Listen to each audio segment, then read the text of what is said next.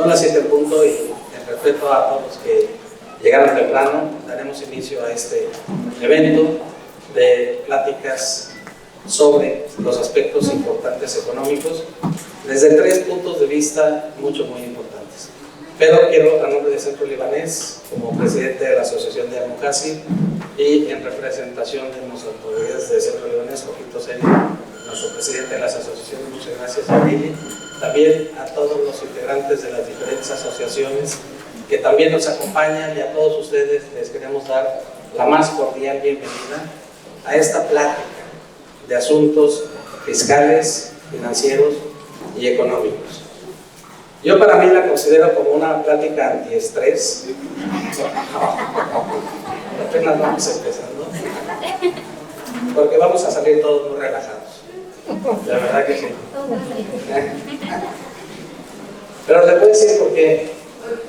Mi querido profesor, más descanse, don Manuel Ríos Blando, decía que el que nada sabe, pues nada teme.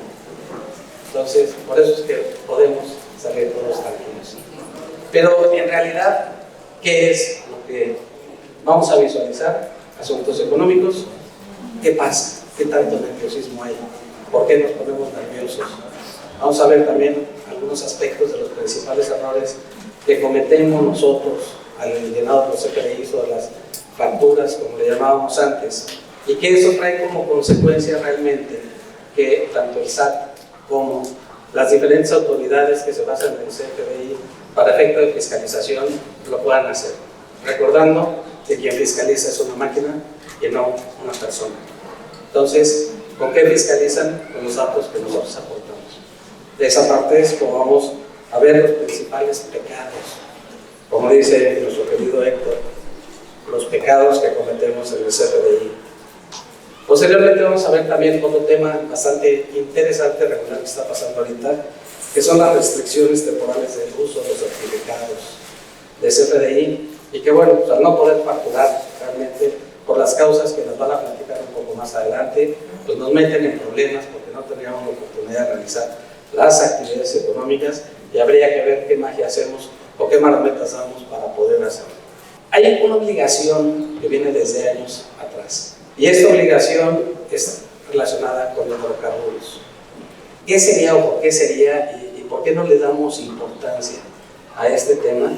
Porque en realidad hasta el año de 2022 la regulación para considerarla como parte de la contabilidad era de ciertos volúmenes de manejo de hidrocarburos para arriba. Y los medianos y pequeños casi no se metían en esto. Sin embargo, derogaron la disposición que hablaba de los límites, y ahora todos, si almacenamos algo, que sea un tanquecito de gas, tenemos que llevar controles volumétricos. Y si no, pues las multas ya nos las platicarán también nuestro querido amigo Eduardo Díaz Guzmán. Y cerraremos, bueno, pues con una parte que es buena y que muchas veces no aprovechamos: cómo poder obtener un poco más de dinero o un poco menos de pago de impuestos. Y esto normalmente se le conoce como estímulos fiscales, que también a través de nuestros expositores tendremos el gusto de poderles compartir con ustedes. La presentación, por la habilitación del salón, en esta ocasión tenemos limitada la pantalla, pero para no vista de algunos cuantos nada más. Sin embargo, la presentación estará disponible para ustedes. Les pedimos de favor, antes de salir, si en el registro que está en la puerta pudieran dejarnos su correo, si ya lo hicieron, entonces la presentación se la mandamos por correo para que la puedan tener. Dicho esto, y para no robar más tiempo de nuestros expositores, la logística que vamos a seguir va a ser la exposición de cada uno de nuestros oradores. El tiempo está muy limitado, pero sí queremos dejar un tiempo para preguntas y respuestas. Dependiendo del tiempo que tengamos, el evento lo vamos a cerrar a las 9 de la noche, y si en determinado momento hubiera más preguntas que realizar, entonces cerramos el evento y continuamos contestando todas las preguntas. Ya aquí los 5 expositores pidieron permiso en sus casas para quedarse a dormir aquí en el Centro Libanés y tener la oportunidad de tener el gusto de convivir con todos ustedes. Bienvenidos, y daré la presentación de nuestro primer expositor. Se trata de nuestro gran amigo Antonio Martínez Mendoza, licenciado o maestro, doctor en economía. No me sé realmente nada, buen amigo, pero compañero mío de la escuela desde que íbamos en primaria, y ahora economista, quien es licenciado en economía por el ITAM.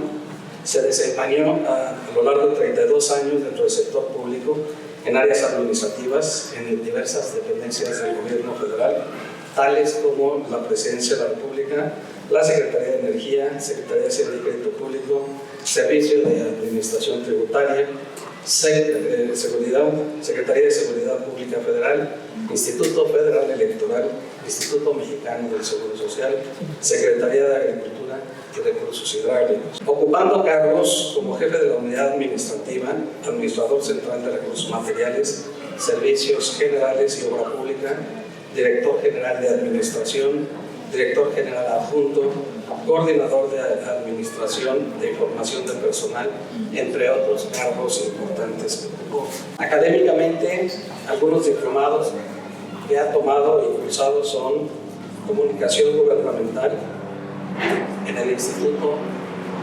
Tecnológico y de Estudios Superiores de Monterrey, Administración de Proyectos en el ITAM, Planeación Estratégica en la UNAM, Innovation of Results en la Universidad de Notre Dame, Capacidades Directivas en la UAM, Políticas Públicas en el INPA.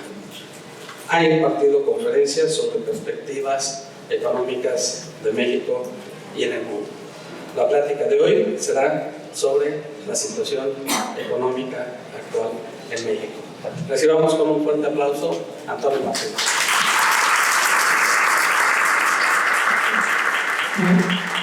Gracias, Pepe, por tu amable presentación. A mí me toca hablar de la parte amable, posteriormente mis compañeros van a hablar de impuestos y cosas de esas que creo que pues, no son tan amables como de lo que yo les voy a platicar. No voy a hablar exactamente de la parte de economía de México, aunque sí, sino algunas repercusiones del señor que está aquí, perdón por los que no lo pueden ver, pero es el señor Trump saliendo en una revista del Economist de esta semana. Schumpeter, economista, cuando le preguntaron cómo puedes definir a la economía, señalaba que era una ciencia sombría. Pero por otro lado, a Albert Einstein le preguntaron ¿y qué es la relatividad? Y dijo, bueno, la relatividad es muy sencillo. Tú pones la mano en la lumbre y un minuto se te va a hacer eterno. Pero si estás sentado al lado de un hombre o una mujer bonita, se te va a hacer nada. Y eso es relativo. Aquí este señor está jugando con el mundo y está impactando duro. ¿Por qué? Porque está cambiando el modelo que se estuvo haciendo durante los últimos 80, 90 años. Y es el mundo al revés. Este mundo al revés, ¿por qué es así? Pues porque ahora resulta que el país de las libertades y de que la economía abierta y todo, se cierra. ¿Y qué creen? El mundo al revés porque China dice, ¿cómo es posible? Ahora se abre, ¿no? El mundo al revés porque se criticó a los neoliberales aquí en México. ¿Y quiénes ahora están defendiendo el Tratado de Libre Comercio? Imagínense quiénes están. Entonces, vivimos en un mundo al revés. Así que podemos poner la siguiente lámina, por favor. Y ese mundo al revés nos lleva a que pensemos que tenemos una crisis. Una crisis es cuando nos sacan afuera de nuestro entorno. Entonces, que no nos gusta lo que pensamos que debiera pasar y que no sucede y que nos afecta, nos puede afectar en la salud, en la economía o en lo cotidiano. Cuando se nos olvida el celular y tenemos prisa y tenemos que regresar a la casa, tampoco nos saca de balance y nos enfurecemos y maldecimos las cosas, ¿no? Entonces, esto es lo que estamos viviendo aquí en un entorno cambiante y de mundo al revés. ¿Sí? En aras del tiempo, toda vez que Pepe se tardó mucho para hablar, voy a tener que reducir esto, entonces me voy un poco rápido, pero les voy a dar 2 o 3 mensajitos. Si quieres, por favor, pasar a la siguiente. Hemos vivido a lo largo del tiempo muchas crisis. Aquí estoy hablando de los 5 años, los 5 últimos presidentes que hemos tenido en México. Desde el presidente Zedillo hasta terminar con el presidente López Obrador. Y en todos ellos hubo crisis. Con Ernesto sucedido, la crisis del error de diciembre, Vicente Fox, las Torres Gemelas, el atentado, todo lo que sucedió, la subprime, posteriormente con Calderón, con Enrique Peña Nieto, no tuvimos crisis, tuvimos una crisis total y absoluta de credibilidad. Y cuando uno no cree, no suceden las cosas. Cuando uno cree que se va a devaluar la moneda, seguro va a pasar, ¿sí? Cuando uno cree que va a salir adelante, salimos adelante. Y esa es la parte importante. Criticamos a la parte referente a la parte neoliberal. Y si se fijan ahí, el menor crecimiento fue en la última administración. Y van a poder decirle, bueno, esa última administración fue por el COVID. Antes de que empezara el COVID, ya teníamos una reducción de crecimiento económico en el último trimestre. Lo cual está sucediendo también. Y yo siempre he pensado que la historia se repite. COVID nos sacó de todo el estilo a todo el mundo. Pandemia, no solamente de México, del mundo. Y ahí van a poder ver cuánta gente murió. Atrás de eso no son cifras, es la realidad. Y a propósito no puse en México el número de muertos, porque ni siquiera en eso nos podemos poner de acuerdo. Cada quien decida cómo se manejó la crisis. Y ahora, crisis internas que pudimos tener de credibilidad o crisis externas, como pudo haber sido el COVID. Y ahora, las tarifas. ¿Qué pasa con las tarifas? ¿Es las tarifas por las tarifas mismas o es un nuevo juego? Después de 80 años que tuvimos un orden, si se acuerdan, con el GATT, si se acuerdan posteriormente con la Organización Mundial de Comercio, y todo estaba establecido, y todos podían jugar con unas mismas reglas del juego. El señor que salió en el Economist tiene un superego enorme, grandísimo, y nunca, no sé por qué, se parece mucho a algunos otros personajes que conocemos, ¿no? Su palabra es ley, y lo que dicen ellos es lo que debe ser. Pues el señor decidió empezar a jugar un nuevo juego. Y ese nuevo juego no es nada más así porque se le ocurrió, sino porque Estados Unidos ha tenido unos serios problemas. Repercusiones rápidas, pues la bolsa de valores. Más o menos se estima que perdieron las tres principales bolsas 11,000 billones de nosotros, de dólares. ¿Y eso cuánto es? ¿Les gusta que sea 7 veces la economía de México? ¿6 veces? Puedo decir 6, 7, porque mañana puede ser otro número. Entonces podemos cerrar, irnos todos a nuestra casa, no producir. El Producto Interno Bruto son los bienes y servicios producidos en un país en un periodo determinado. Podemos irnos sin hacer nada 7 años, y ese ha sido el impacto de la bolsa de valores de los Estados Unidos. Imagínense lo que significa para eso. Tipo de cambio, lo puedo ver a corto, mediano o largo plazo. Aquí lo quise poner a los últimos 5 años. Hace 5 años estaba más caro el dólar que ahora. ¿Es bueno o malo? Es relativo. Para los que exportan, pues créanme que no les cayó nada de gracia. Pero por otro lado, la moneda para los que importan, pues sí. Entonces, todo es relativo. ¿Qué objetivos tenían los aranceles o quién? ¿Déficit comercial de Estados Unidos?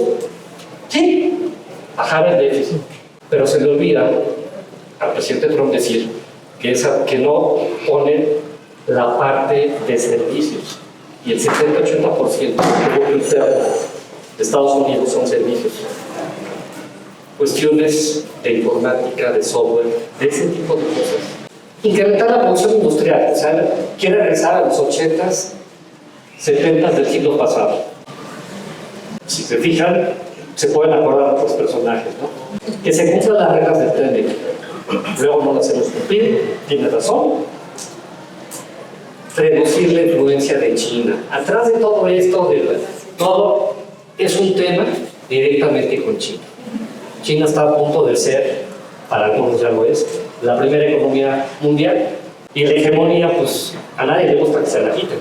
Y eso es lo que está sucediendo. Atrás de todo esto es eso, juego nuevo, porque quito todas las reglas y voy a negociar uno a uno con cada uno de ustedes. Y el presidente es de los rudos, no es técnico. No tiene absolutamente nada de técnico y es solamente puro feeling y lo que le dice. Ha tenido tanto feeling que ha quebrado 7 empresas, ¿no? Pero bueno, espero que no quiebre Estados Unidos. Y sobre todo que el electorado que votó por él diga, bien, así está haciendo las cosas. Parecido también, ¿no? El tema aquí es que al incrementar, al cambiar el juego, al tratar de pelearse comercialmente con China, eso conlleva que se rompan los eslabones económicos. En una economía que interrelaciona a lo largo y ancho de todo el mundo, cada uno de los agentes económicos se va mejorando sus técnicas, ¿sí? Y se va especializando. Y eso hace que se incremente la productividad, se reduzcan costos y se maximicen los beneficios. ¿Sí? Y lo que para mí, porque soy muy bueno en hacer alguna cosa, a otro lo necesita para continuar haciendo esto. ¿Sí? Entonces el Señor rompió todo eso, quiere regresar al siglo pasado y eso no se puede. El electorado que votó al rato va a estar llorando. ¿Por qué? Porque a lo mejor lo de menos es que haya comprado un celular en Estados Unidos, un iPhone, ¿verdad? Y que le costó más barato que aquí en México. La mala noticia es que para los gringos les va a costar el doble. Ahora va a costar $2,000 en lugar de costarles $1,000, $1,200. Y en México va a salir menos caro, si esto funciona, ¿no? Entonces ahora van a incrementarse por ahí mucho turismo. Poca gente va a venir a Estados Unidos. ¿Sí? Se está echando a todo el mundo encima. Y atrás de todo eso, en el mediano y en el largo plazo, ¿qué creen que va a pasar con los fondos de jubilaciones y pensiones en Estados Unidos? Están curiosos, porque como ha bajado la bolsa, ¿y dónde tienen los fondos? Generalmente en la bolsa de valores. Entonces, ¿eso qué va a hacer? Pues que la gente esté muy molesta. He trabajado 20, 30, 40 años de mi vida para tener una pensión razonable. ¿Y qué creen? Lejos de haber subido su pensión, va a bajar. Lejos de poder tener un mejor poder adquisitivo, un mayor poder adquisitivo, se va a reducir. Y no solamente ellos, muchos más van a pensar exactamente lo mismo. ¿Y qué va a pasar con la economía de Estados Unidos? ¡Prum! Se va a caer. ¿Y qué va a pasar con la economía del mundo? También, si no nos ponemos abusados, también se va a llevar, porque Estados Unidos, queramos o no, junto con China, la India y muchos otros, son motores del mundo. Entonces, se puede venir una recesión muy importante.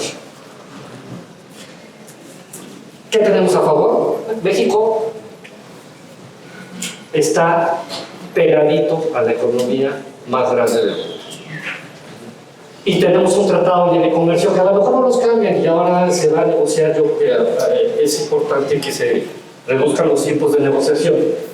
Y somos el principal socio comercial de Estados Unidos con el 15.4 de exportaciones hacia ese país. Representan las importaciones del mundo. México representa el 15.4. Y hay otro punto que me llamó mucho la atención y que para esta plática, y que México tiene el puesto 21 del índice de complejidad económica elaborado por la Universidad de Harvard. ¿Y qué es eso? Y no me quiero meter en muchos rollos de teoría económica, ni de economía, ni nada. Quiero ser mucho más sencillo. ¿Qué significa eso? Que sabemos hacer las cosas complejas en México, ¿sí? Que tenemos la habilidad, tenemos el conocimiento y somos mucho mejor que mucha gente del resto del mundo. Entonces, es la sofisticación que podemos tener. Hay otra parte muy importante de México. Las transacciones cuestan 79 centavos de dólar llevar los productos de aquí a Estados Unidos. ¿Y qué creen? El resto del mundo más o menos son $2.60 por cada persona. ¿Sí? Si me piscan por dónde voy, yo voy a apurar, porque si no. Ahí va a haber una tabla en donde se ve el grado de complejidad. El 15% de las importaciones de Estados Unidos son de México, y el grado de complejidad estamos compitiendo con China, con Canadá, con Alemania y Japón. Hay que creernos esos datos. No lo decimos aquí en México, lo dice la Universidad de Harvard. Si no le creemos a una universidad que no tiene nada de pacho, podemos estar. Y aquí dice en qué cosas, en la siguiente, ¿En qué cosas podemos incrementar cuando se haga la negociación de nueva cuenta del tratado? Seguramente Estados Unidos va a poner como condición que se incremente la parte de regional, porque al final de cuentas nos vamos a volver regionalizados de todo el mundo, ¿no? La parte del Oriente, el Pacífico, la parte de Norteamérica, etc. Y aquí es donde hay áreas de oportunidad. ¿Quién dice que no hay áreas de oportunidad? Que todos los días hay. No sé si vino Poncho Acevedo, no lo veo. Me estaba platicando el otro día que le habló una empresa canadiense. Él hace avalos. ¿Y por qué quiere estar una empresa canadiense aquí en México? Han habido muchas empresas canadienses, ferrocarriles, etc. Ellos vienen a poner una empresa para vender cosas, empresas, y sacarlas en pedacitos y poderlo hacer. Pero así como hay gente que viene a desbaratar empresas y vender los activos, ¿qué creen? Están cerrando empresas automovilísticas, así como cerró temporalmente una americana aquí en México. Está viniendo una Nissan de Argentina para México. Entonces eso va a ser un reacomodo de todo lo que está. Aquí está el índice, perdón, no lo ven, y ordenadas abscisas, y México está abajo hasta la derecha. Me quedan 3 minutos. ¿Y eso qué significa? Al final del día lo que significa es que somos que podemos ser mucho más eficientes aprovechando nuestras ventajas comparativas. Lo único permanente es el cambio. La crisis no nos gusta porque no sabemos qué viene, hay incertidumbres, pero la crisis son oportunidades. ¿Qué oportunidades cada uno de nosotros tenemos? Tenemos que ser resilientes, flexibles, resistentes, tener una recuperación y un aprendizaje. No todo es malo y cada uno de nosotros podemos ver qué es lo que tenemos que hacer, continuar o no continuar. Hay algunos que cambiamos dentro de la crisis. Yo cambié cuando después del 32 años el sector público era mi vida. Decidí cambiarme no creía en ese equipo y se vale, no crean, porque creo que no se vale quedarse. ¿Por qué? Porque creo uno en uno mismo. Y me costó trabajo, me ha costado y me sigue costando trabajo, sí, pero ahora me divierto, me la paso bien. Hago muchas cosas que antes no podía hacer. Y entonces lo que yo les quiero dejar aquí es, pueden pasar muchas cosas, pero nosotros debemos tener el temple y saber cómo se pueden hacer las cosas mejor. Y créanme, estando en paz con nosotros mismos, van a salir ideas para que nosotros podamos hacer lo que al resto del mundo, o lo que a una empresa, o lo que a un país le necesite. Y para concluir, esas floritas se las dejo ahí, porque de alguna manera ya las platiqué, pero para concluir, que no nos lleve todos estos temas a estar dándole vueltas y vueltas y vueltas. Va a pasar lo que va a pasar porque nosotros queremos que pase. Si nosotros creemos en nosotros, créanme que no nos toca. Ojalá creyéramos realmente en México todos, pero en serio. Y creer en el mejor sentido, porque hay gente que no quiere. Y lo quiere en el peor de los sentidos. Cuando dejemos a un lado el yo-yo, creo que podríamos mejorar mucho. Entonces, ojalá puedan ver esta información. No toda es mía, ahí viene de dónde se sacaron, o sea, tiene los créditos, pero créanme, no nos tiene por qué espantar. Nos tocó esto y nos ha tocado cosas extraordinarias. Y vamos a ver esto. Pero es un cambio, es un paradigma, y los paradigmas nos también. Tengamos la oportunidad, disfrutemos dentro de los nerviosismos, porque somos humanos, pero disfrutemos. Hay que divertirnos y van a ver que esto va a estar mucho mejor. Muchas gracias. Muchas gracias, Toño. Creo que es importante la reflexión de ver que el miedo paraliza. Pero también cuando entendemos que el miedo paraliza y lo hacemos a un lado, la mirada se va al horizonte y en el horizonte están la gama de oportunidades que la vida nos da para poder atender nuestras necesidades. Te agradecemos, Toño, esta gran presentación. A mí, en lo personal, me produce mucha tranquilidad el ver las expectativas que podemos tener aún dentro de la marea revuelta. Sin embargo, para que los siguientes expositores no vuelvan a decir que les quité mucho tiempo, entonces vamos a pasar a esta segunda participación, en donde la combinación de la experiencia con la juventud da excelentes resultados. Por lo cual, me permito presentarles a Héctor Oscar Gómez González, egresado de la licenciatura en Contaduría en la Universidad La Salle, titulado por la Universidad Nacional Autónoma de México. Esto en aquel entonces era por la incorporación que tenía La Salle a la UNAM. Un diplomado en Derecho Fiscal por la Universidad Panamericana, maestría en Impuestos por el Instituto Tecnológico de Negocios, certificado por el Instituto Mexicano de Contadores Públicos, con reconocimiento de idoneidad de la Secretaría de Educación Pública. Miembro activo del Colegio de Contadores Públicos de México, ha participado en diferentes comisiones y grupos de trabajo. También fue miembro de la Comisión Representativa del Instituto Mexicano de Contadores Públicos ante el Instituto Mexicano del Seguro Social y del Infonavit. Fue catedrático en la materia de impuestos en la Universidad La Salle y expositor en el área fiscal en diferentes instituciones. Miembro de diferentes consejos de administración, participando como comisario de diversos grupos empresariales en el ramo financiero, socio director del despacho Gómez Semán, firma consultora de negocios y desarrollo empresarial. Igualmente, presento a Jessica García Sosa, licenciada en Contaduría Pública, licenciada en Administración de Empresas, maestría en Fiscal, egresada de la Universidad del Distrito Federal, curso de diplomado en Liderazgo y Toma de Decisiones en Alta Dirección de Empresas en la Universidad de Cádiz, diplomado de Inteligencia Emocional en Equipos de Trabajo, miembro activo del Colegio de Contadores Públicos de México, formando parte de la Comisión de Desarrollo Fiscal. Ha participado en diferentes cursos en materia contable, financiera y fiscal y manejo de sistemas aplicados en despachos de contadores, así como implementación de los mismos en diversas empresas. Actualmente trabaja en la firma de Reserva Raúl Asesoros Corporativos y es socia directora del área de contabilidad y cumplimiento de obligaciones fiscales. Recibámoslos por favor con un fuerte aplauso.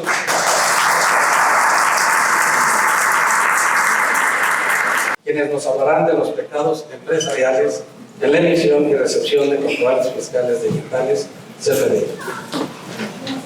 Pepe, muchas gracias por tus amables palabras, presentación. Hola a todos, bienvenidos. Sean bienvenidos y hagamos una pequeña reflexión. Hace unos instantes Pepe nos comentó que el miedo paraliza. Y efectivamente, ese miedo es el que ha sido el gran motor de grandes economías, de religiones, de conceptos diferentes y que lo podemos encontrar en diferentes historias. El día de hoy vengo a decirles pecadores. ¿Sí? Lamentablemente tengo que decir que somos pecadores porque no está fácil. En principio, debo de decirles que esto es una palabra que tiene una carga emocional muy fuerte. O sea, desde pequeños, todos nosotros recibimos esos mensajes en los que decían, si haces esto es un pecado. Y para nosotros, generaba una emoción muy fuerte, muy poderosa y una reflexión. Originalmente esta palabra viene del hebreo bíblico, y en este hebreo bíblico no significaba nada malo, significaba errar. De ahí pasa a través de las traducciones de la Biblia a la Vulgata, a través de San Jerónimo. Y en esta traducción fue errar en el blanco. Y entonces llega el catolicismo aquí a México, ve ciertas barbaridades que estábamos haciendo y efectivamente dicen, tenemos que infundir una palabra poderosa que detenga barbaridades y puede ser el miedo, pecado. Y estos sabios antecesores nuestros, ellos le pusieron una palabra que es muy curiosa, que hasta se asemeja mucho a los lenguajes de nuestros jóvenes actuales. Dice, tlatlacoli, y para rematar, güey. Tlatlacoli, güey. ¿Y eso qué quiere decir? Pecado grande. Eso es lo que quiere decir. Entonces, no lo tomen a personal, no lo tomen personal, no es personal. Aquí lo vamos a ver como una gran área de oportunidad para corregir y prevenir nuestros errores. Esa es nuestra traducción y eso es lo que vamos a convivir el día de hoy. Y atendiendo esto, y en la historia, como bien comenta Pepe, nuestras autoridades se fijaron de que en la historia hay una palabra clave que es el miedo. Y si les infundimos el miedo, reaccionan. Y tenemos una reacción y un cambio. Entonces el SAT dijo, bueno, yo quiero cobrar. Entonces, como yo quiero cobrar, hay una puerta enorme que se llama el miedo. Y estableció diferentes procedimientos para que de una forma sencilla dijeran, vamos a hacer un plan maestro, que este plan no es de este sexenio, no es del sexenio pasado, es desde el 2004, es su primera implementación, desde el 2004. Algunos contadores recordarán que cada vez que vamos a la aduana y pagamos un pedimento, se paga una cuota por pedimento. En aquellos entonces era el Fideicomiso Aduanas 1. En el Fideicomiso Aduanas 1 se generó una cantidad enorme de dinero, enorme, monumental. Y con eso construyeron el SAT que actualmente vemos. Toda esa modificación viene de ahí. Y entonces dijeron, vamos a hacer varios procedimientos con el objetivo de generar miedo y que los contribuyentes nos paguen.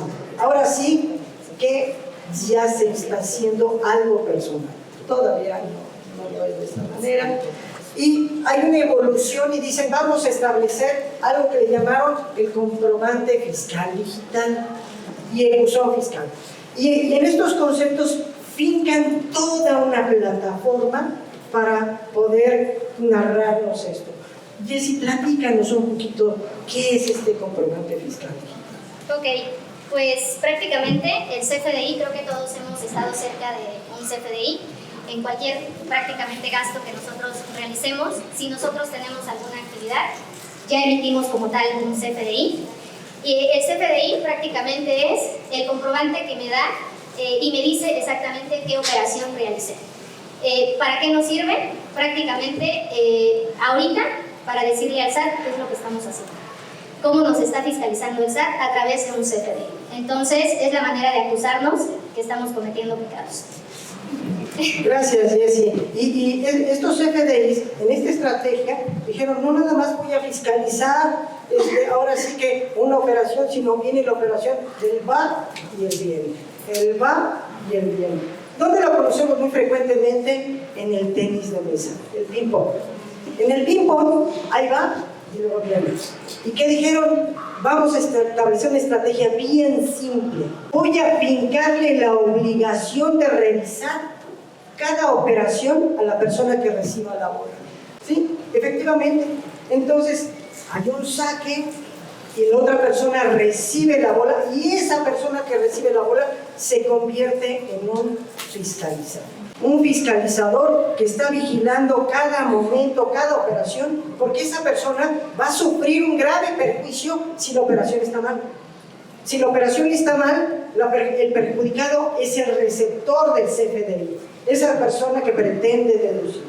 Y entonces, al existir este fenómeno, se da algo en latín que decimos fiscaliseos unos a los otros. La raíz no existe, pero el mensaje es claro y concreto. Necesitamos revisarnos unos a los otros.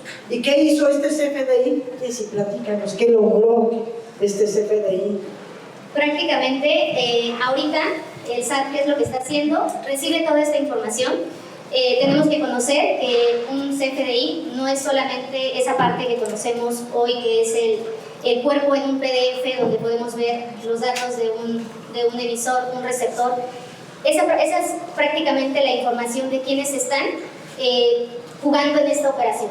Pero lo importante es cómo estoy operando, qué es lo que estoy vendiendo, qué es lo que estoy cobrando. Entonces, ¿qué dice el SAT? Perfecto, con esto ya puedo tener una mayor seguridad de mi control de información fiscal, puedo tener una proyección de los impuestos que yo voy a cobrar, puedo saber detectar todo tipo de operaciones, y créanme que más allá de la parte de ahorita de impuestos, el decirle al SAT qué estoy haciendo, con quién estoy teniendo una operación, se está enterando de muchas cosas más allá de un ingreso, un impuesto. Se está enterando que qué otras cosas me va a fiscalizar, qué otras cosas el contribuyente debe de cumplir. Entonces, le estamos dando prácticamente al SAT todas las herramientas para que él me imponga prácticamente multas, impuestos y demás. Entonces, ¿quién tiene ahorita el control? Aparentemente, pareciera que es el SAT, pero creo que lo importante de esto que tenemos que saber es que quienes generamos la información somos nosotros. ¿Qué es lo que nosotros tenemos que aprender? ¿Qué información le vamos a dar al SAT para que él lea nuestra información? Y ese es el objetivo ahorita de esta conferencia. Así es, Jessy, muchas gracias.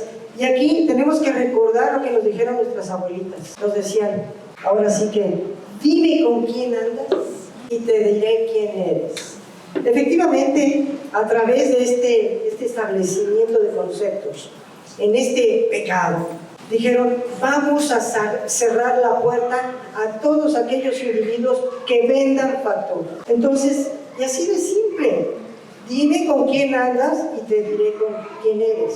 Si tú vas y adquieres una factura con alguien de la carretera ilícita, vas a aparecer en una foto indeseable.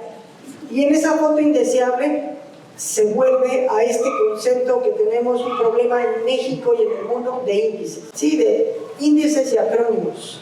El índice de inflación, el índice de delincuencia, el índice de esto, del otro. Y entonces entramos aquí en abreviaturas, en acrónimos muy sencillos, que es EDUS y EBUS. Pero los más malos de la historia son los EBUS. Entidades que venden facturas para nuestro entendimiento. Sencillo. ¿Y el EDU quién es? El que lo recibe y lo deduce. Entonces, pecadores los que se acerquen a esta área. Y no debemos de acercarnos. Por eso es que es tan importante distinguir que el SAT tiene una metodología. Aquí no hay nada de casualidad. Esto ha sido una metodología que podría decirse hasta barbárica, pero no, la realidad es de que están haciendo su chamba. Su chamba es cobrar. Y la verdad, lo están haciendo bastante bien. Y esto nos lleva a hacernos una pregunta.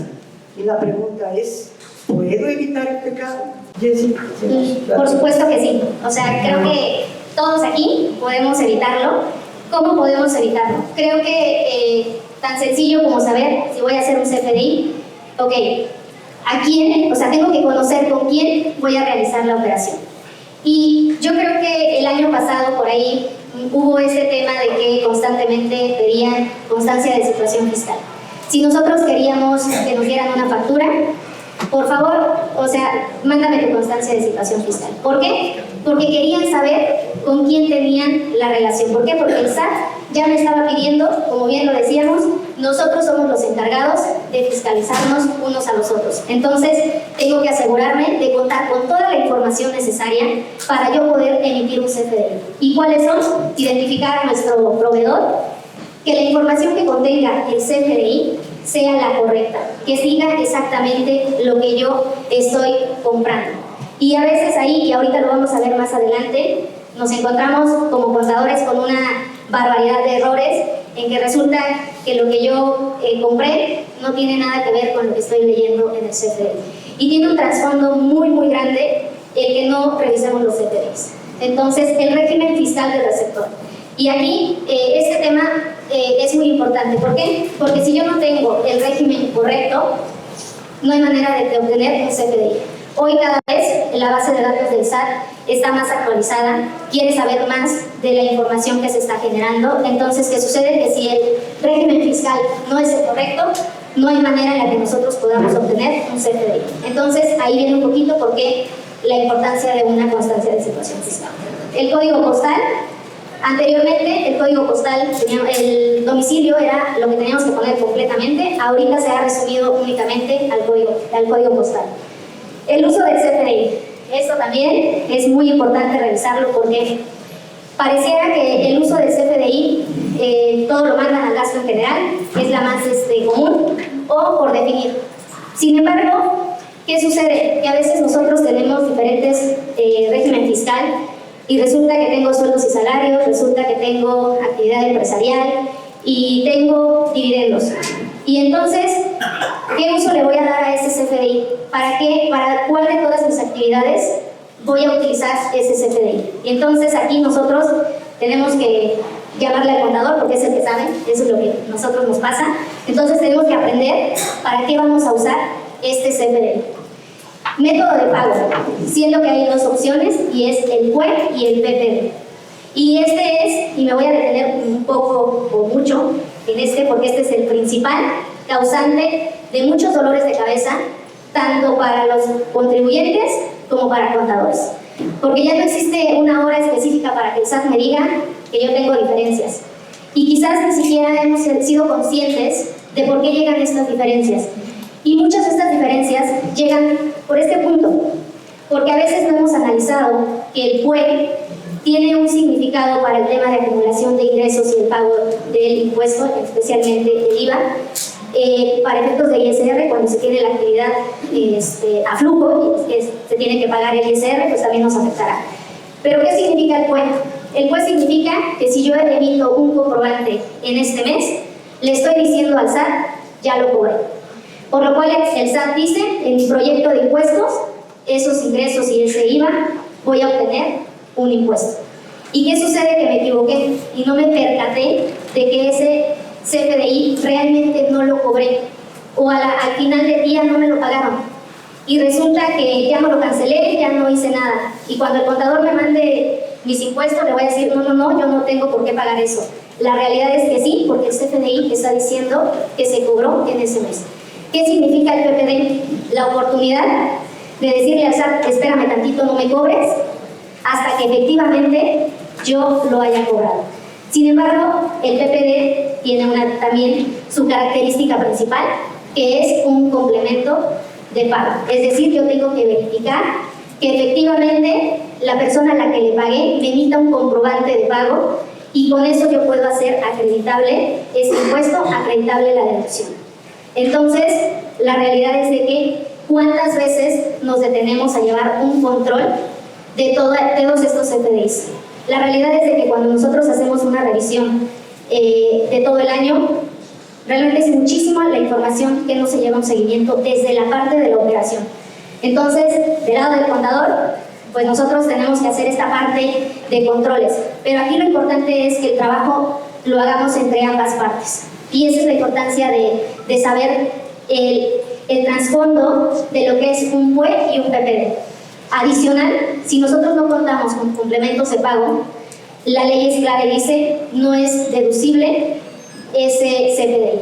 Entonces, ahí tenemos un tema a la declaración anual. En caso de una revisión, ya el SAT me dirá todos estos CFDIs no son deducibles. Entonces, démonos a la tarea de verificar este tema. Es muy importante. La forma de pago es otro de ellos. A veces recibimos el CFDI, no validamos cuál es la forma de pago correcta. Existe ahora, el SAT se le ocurrió la maravillosa idea de decir, te voy a clasificar bancarizados y no bancarizados. ¿Y qué quiere decir? Que él dice, todos los bancarizados te los voy a considerar para el cálculo de impuestos.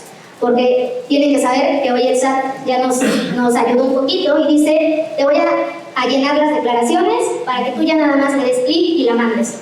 Pero realmente, ¿con qué se está basando para hacer estos cálculos? Con la información que nosotros le estamos dando.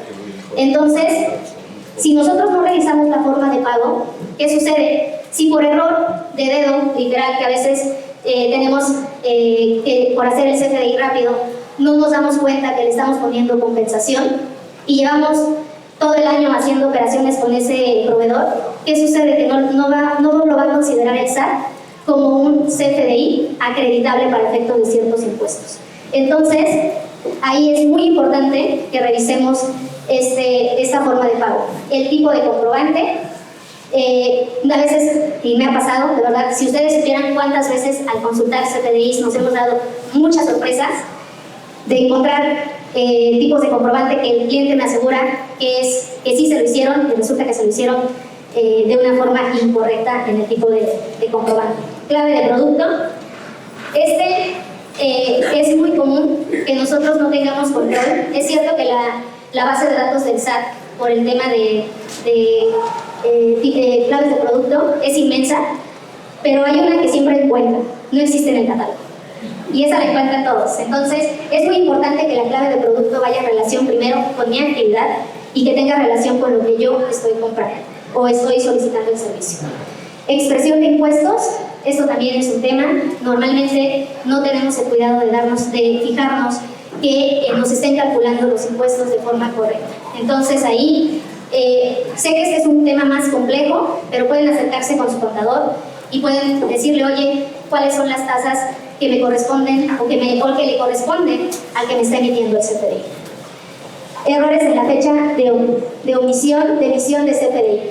Y aquí es un error muy constante. ¿En qué aspecto? A veces se nos olvida hacer el CFDI y hasta que nos damos cuenta que ya se nos pasó el mes, empezamos a hacer el CFDI. Y desde ahí nosotros ya le estamos dando información que está difiriendo de lo que realmente estamos haciendo y con lo que el SAT nos está fiscalizando. Seguimiento de validez del comprobante y su debido resguardo. Aquí, ¿cuál es el tema? Tenemos que revisar que no, después de un año, ya nos cancelaron los CFDIs, y eso pasa muy, muy común. De repente tuvieron las operaciones, nosotros ya lo hicimos deducible, pero lo cancelaron, o lo canceló el proveedor, y entonces ya nos movió toda la información fiscal. O desde la parte operativa, también nosotros a veces, cuando se está generando la parte de la operación, cancelan un CFDI. Hay como tal una fecha donde nosotros tenemos ya establecida, donde no podemos ya cancelar CFDIs. Entonces tenemos que tener cuidado con este tema. Seguimiento a la emisión de complementos de pago, ya lo mencioné. La cancelación de CFDIs con autorización del cliente. Aquí es muy importante decirles que si ustedes no revisan su buzón tributario, les llega una solicitud de cancelación. Si ustedes en 72 horas no revisan su buzón, ese CFDI se da por cancelado automáticamente. Y entonces nosotros no nos enteramos y esa operación quedó como inválida. Seguimiento a las notas de crédito y anticipos, exacto. Aquí la verdad es de que a veces se hacen notas de crédito de palabra con los clientes, pero no las hacen realmente en la operación. Entonces, ¿qué sucede? Que estas notas de crédito, si nosotros no las emitimos, no estamos haciendo ese descuento a nuestros ingresos. Entonces, solicitarlas a sus proveedores es muy importante, pero también hacerlas ustedes es muy importante. ¿Por qué? Porque disminuye la base de sus impuestos. Entonces, pues bueno, la lista son 16 puntos, pareciera fácil, pero lleva su tiempo. Sencillo. Sí, muy sencillo, Jessy. Son muchos puntos que hay que cuidar, algunos que tienen algunos ingredientes escondidos ahí en esos vórtices que dicen, ¿qué uso le pongo? Y entonces se oye así la voz de Pepe Grillo, así viene la voz y dice, gasto en general. Dice, ad moscum, por si las moscas. Gasto en general. Entonces, hemos visto a través de estos breves comentarios cómo es importante desde que enlazamos la operación con el proveedor y definimos, hacemos el casting de nuestros proveedores. Si son proveedores que no son dignos de estar juntito a ustedes, no se les acerquen y cuéntenle con quien más confianza les tengan. Por favor, les debo decir algo. El SAT y Google lo saben todo. Entonces, al distinguir con quién vamos a juntarnos, al verificar todos estos elementos concienzudamente, con inteligencia, con visión, con el ánimo de decir voy a tener un buen gasto deducible, me lo merezco, y entonces podemos decir el contador no es el culpable. Hagamos todos los contadores una catarsis y digamos juntos, no soy culpable. Sí. A cuenta de tres. Hay muchas manos que intervienen en la operación. Y desde que el jefe enlazó y dijo, voy a llevar los servicios de esta magnífica empresa que es de mi compadre y que esta empresa me va a favorecer a mí, por favor, tengan cuidado. O sea, ábranle los ojos a sus jefes, a sus patrones, porque pueden meterse en un problema muy serio. Un problema muy serio. Y en esta catarsis me recuerda esta bella frase que dice: contribuyentes necios, que acusáis al contador sin razón, sin ver que sois la ocasión de lo mismo que culpáis. Efectivamente. O sea, es algo que debemos de estar reflexivos, porque no nada más el pecado nació espontáneamente. Ya vimos aquí que Jesse nos narró diferentes tipos de pecados. ¿Y qué tenemos que hacer? Acudir a las raíces. ¿Y cuáles son las raíces? El control interno. El control interno de las organizaciones es el que puede permitirnos frenar esta vorágine de errores que pueden suceder. Ahora les voy a hacer una de las 16. Imagínense que les dicen, vamos a cambiar domicilio fiscal. ¿Cuándo, mi jefe? Hoy. Sí, hoy. ¿Qué día es hoy? El día 30 de marzo. Muy bien, perfecto. Hacemos el cambio de domicilio y pasamos del código postal 90210 al código postal 3100. ¿Y qué sucede? Que tengo que avisar a Telmex, tengo que avisar a AT&T, a Bancomer, a Banamex, a Citibank, tengo que avisar a Actinver, tengo que avisar al proveedor de la ropa, al de los uniformes, tengo que avisar a todo el sistema de nóminas para que hagan los CFDIs con el nuevo código postal, lo instrumenten y esté listo para mañana. ¿Me entendieron? Esto es una tragedia. Es una tragedia porque una compañía se puede quedar con millones de pesos fuera de deducción por una mala decisión.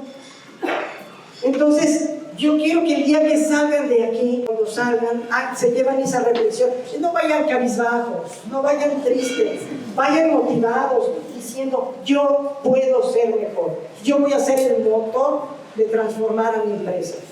Y ese motor va a estar basado ¿en qué? En el conocimiento. Ese conocimiento que nos dan estos elementos y nos vamos a estas partes tan importantes que es el control interno. Ok, pues prácticamente el control interno, el primero y es la falta de conocimiento actualizado. Pero ¿qué creen? Al SAT no le importa. Esa es la realidad. Entonces, aquí es cierto que han modificado muchísimo las reglas. ¿Qué es lo que sugerimos aquí? Mantenernos actualizados. Constantemente, cada año nos mandan ahí su petitorio de todo lo que nosotros tenemos que fiscalizar. Entonces, este realmente es uno de los muy buenos pretextos, pero no nos justifica. Falta de control y revisión. Realmente desde la parte administrativa, pocas veces se lleva el control administrativo de la revisión de los CFDIs. Y sin hablar del tema de los complementos de pago. Hasta que el contador nos avisa que no hemos emitido comprobantes de pago, o cuando nos dice el impuesto a pagar es de tanto, y ahí sí le vamos a decir al contador que eso no es verdad, que mi operación dice otra cosa, pero ¿qué creen? El SAT también tiene otra cosa. Entonces, otro de los temas, los errores humanos. Muchas veces en nuestros negocios se nos hace muy sencillo darle esta actividad a cualquier persona que a veces no tiene el conocimiento. Y es muy importante cuando eso suceda, regresar al punto número 1 y decir, necesito capacitar a la persona que me está emitiendo los CFDIs. ¿Por qué? Porque le estoy dando la facultad de emitir y de que ella o él sea quien proporcione al SAT la información. Entonces, es muy importante que nosotros nos mantengamos, actualizados, tengamos control de nuestros CFDIs y que no seamos tan humanos. Es de humanos equivocarnos, pero a veces nos aventamos un año completo cometiendo estos errores. Errores en los sistemas, la verdad es que sí es cierto, a veces los sistemas están mal configurados A veces nos dicen, oye, pues ahí está el portal del SAT, puedes facturar. Y es cierto, nos ha dado esa facilidad. Sin embargo, para emitir un CFDI nos vamos a tardar 1 hora, 2 horas o un día para poder emitirlo. Entonces, es muy importante que revisemos con alguien que domine el tema, que los sistemas estén bien configurados, que no después de 1 año nos demos cuenta que el sistema estuvo haciendo cosas incorrectas y que entonces tengamos que corregir, y peor aún si nos estamos dando cuenta justamente en marzo, en abril, cuando ya vamos a presentar nuestra declaración anual. Entonces, si esto lo podemos hacer de manera mensual, sería muy bueno. Plazos incumplidos, aquí también, cuando nosotros no emitimos los CFDIs en el momento que se está dando la operación, este es un error muy común. Entonces, ahí nosotros le estamos diciendo al SAT que el CFDI que emitimos realmente era deducible el año pasado y modifícame los impuestos, ya no se puede. Entonces, este error es muy común. Interpretación errónea. Aquí nos vamos un poquito a la parte de la malinterpretación de la ley, pero realmente la ley no es muy clara, pero se las podemos traducir. La verdad es que parte de lo que nosotros ahorita en recomendaciones les estamos dando justamente es lo más común. Sin embargo, sería bueno armarnos otro curso y verdaderamente la pantalla que vimos ahorita del CFDI pudiéramos explicárselos con más profundidad, porque realmente son muchos los temas de un CFDI, pero vámonos sobre los más comunes y estos son dentro de los que más hemos identificado. Sí, hay mucho tema que hablar en estos CFDIs y quizás de los errores y por supuesto en las tristes penitencias. O sea, si nos equivocamos, sí, ¿qué les digo? ¿Qué les digo? Aparte que les el contador, sí, otra vez el contador. Y sí, efectivamente, entonces tenemos que ser copartícipes y definir claramente que podemos ser acreedores en diferentes penitencias, pues que multas, problemas en la declaración fiscal, en afectaciones en el pago, el IVA no es acreditable, requerimientos, compulsas, invitaciones masivas y diferentes conceptos, ¿verdad? Y así que otra cosa nos traen estas penitencias. Requerimientos adicionales. Y creo que aquí este es uno de los más comunes, del que más hemos tenido problema en el último año, que fue el año pasado. Las vigilancias profundas se volvió la mejor manera de recaudar. La verdad es que el SAT nos pudo dar ahí sus informes con respecto a la recaudación, incrementó, y sí, porque nos puso a nosotros a hacerle la chamba, y entonces le mandamos todos los pagos por todas las diferencias que se dio, ¿con base en qué? Con base en los CFDIs. Otra de las cosas que a veces nos puede pasar es que se cancelen operaciones por un mal manejo de CFDIs. Entonces, ahí pues nos afecta muchísimo en el tema de nuestro negocio. Afectación al pago de impuestos por algo que no me corresponde. Y este es muy común también, que nosotros tengamos que pagar ciertas retenciones en un mes que efectivamente no me corresponde, pero no me fijé que el CFDI estaba emitido de manera incorrecta, y entonces, ¿qué sucede? Que o debo de aclararlo o debo de pagar. Entonces, se vuelve muy constante esta parte de persecución por parte del SAT. Entonces, ¿qué nos lleva a un incremento del trabajo administrativo? ¿Por parte de quiénes? Por parte del negocio, por parte de las empresas, pero también por parte de los contadores. Y que es la otra parte que aquí también nos mete en un problema, porque una desorganización en el registro contable. La información financiera no dice exactamente lo que pasó en el negocio, distorsiona los asientos contables. Entonces, pues prácticamente es una de nuestras penitencias, y voy a decir uno, que ese no me lo quiero saltar, que es el de moda de este año, la suspensión temporal de sellos digitales. Y esta es una de las que más adelante vamos a profundizar más, porque vale la pena. Pero bueno, esos parecen... Sí, tenemos todas estas penitencias que surgen, y voy a hacer énfasis en un pequeño detalle, en un pequeño gran detalle. La ley sí es la ley, y la ley finca los elementos de cuándo es deducible el gasto y cuándo es acreditable.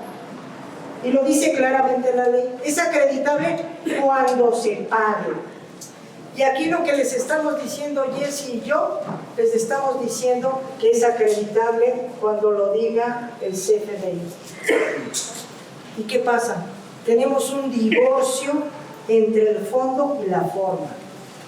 Aquí debería de prevalecer lo que nuestros juzgadores dirían, la ley, si es la ley, y es cuando se paga. Lamentablemente, debo decirles que toda la plataforma del SAT, todo está afincado en lo que nosotros le dijimos, sea verdad o sea mentira. Entonces, ¿cuál es la gran moraleja de todo esto? Que tenemos que fijarnos muy bien qué dice el CFDI y en lo que decía Jesse, PUE o PPD, otra vez estos acrónimos, pago en una sola exhibición y eso quiere decir, te jurito que hoy te pago. Eso es lo que quiere decir, esa es la traducción. O sea que en este mes queda cerrada esta operación. Eso es lo que quiere decir PUE. En otras palabras, ahorita. El PPD dice al ratito, ¿no? Entonces, fijemos en estos detalles que son transformadores y la importancia de todo esto. Tenemos preparado material para estar platicando con ustedes y estar conversando en esta área tan maravillosa y tan apasionante que son la materia impositiva en México. Y me voy a referir, no somos el 21 país que superamos la complejidad, ¿no? Yo creo que somos de los países más avanzados en la complejidad de estas sociedades. Aquí nos honramos con la presencia de Edith, síndico que con una personalidad y conocimiento dentro de la materia contable, sustantiva y materia fiscal, por supuesto. Son personalidades, acá nuestro profesor Padilla, bueno, toda una eminencia en estas materias. Y tenemos a otros, licenciado Mojaraza, a maestro en recursos humanos. O sea, tenemos a diferentes personalidades, por supuesto, nuestro presidente del colegio. Sí. Bueno, tenemos mucho que platicar con ustedes y podríamos decirles que hay mucho material. En el material que se van a llevar ustedes y que van a tener en su correo, van a tener los 21 mandamientos. No se esmeramos en hacerlos. 21 mandamientos que son verdaderamente transformadores. Yo les puedo asegurar, o casi asegurar, que si cumplen con esos 21 mandamientos de los CFDIs, van a pasar la prueba de CIES de luz. Entonces, lo van a tener en sus correos, por eso es de que es importante al final que se registren o nos dejen sus correos electrónicos para que los tengan ahí en la recepción. Y también ahí hay un calendario fiscal para cada uno de ustedes. Y la moraleja importante, Jessy, si me permites, esta moraleja, yo les diría, transformemos todos ustedes a través de la renovación de su pensamiento. ¿Sí? Romanos 12:2. Así es. La sabiduría de la Biblia es formidable. Acerquémonos a ese conocimiento. Después les vamos a traer la comparación de la Biblia con estos 10 mandamientos. Les agradecemos su atención. Yo quisiera seguir platicando con esta información que hemos preparado, por supuesto con la ayuda de Leticia, que ha sido maravillosa en todo este proceso. Quisiera darles más, pero sé que hay voces importantes que escuchar. Les agradecemos su presencia. Muchas gracias.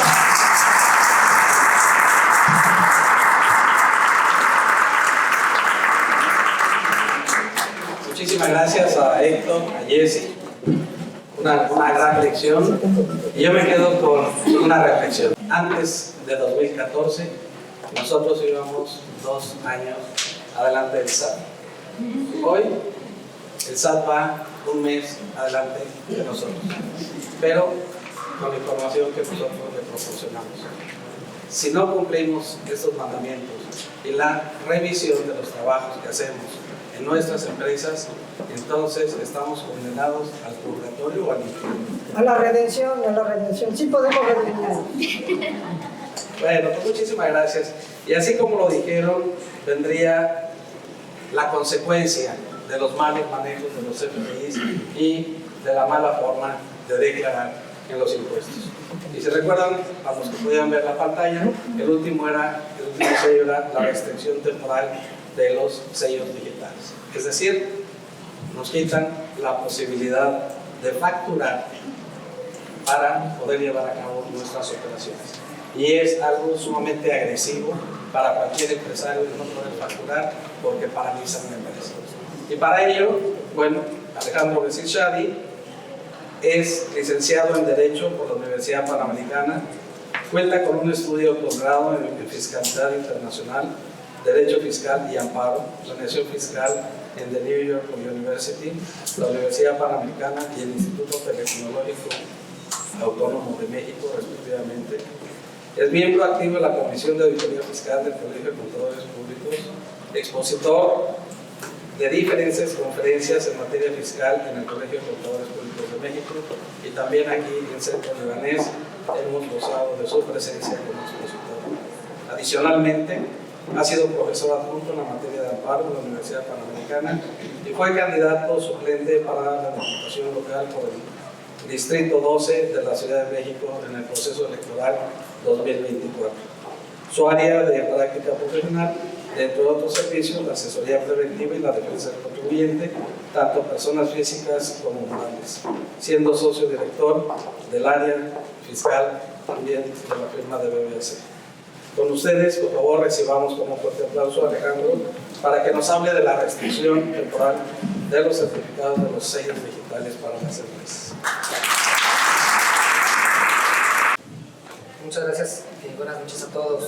Como bien lo adelantaron ahorita, esta medida que está de moda ante el SAT como una medida de fiscalización es extremadamente agresiva, ya que si nosotros caemos en uno de estos supuestos que vamos a ver más adelante, no solo no vamos a poder facturar, lo cual implica no tener un ingreso formalmente hablando para el fisco, sino que nos va a impedir generar acciones como es el timbrar la nómina, el poder reconocer otros gastos, otros ingresos que podamos tener, y además de no poder hacerlo, nos vamos a poder hacer acreedores a multas y a otras sanciones, que esto se va a poder convertir en una bola de nieve que en últimas cuentas terminaría la quiebra de la empresa, ¿no?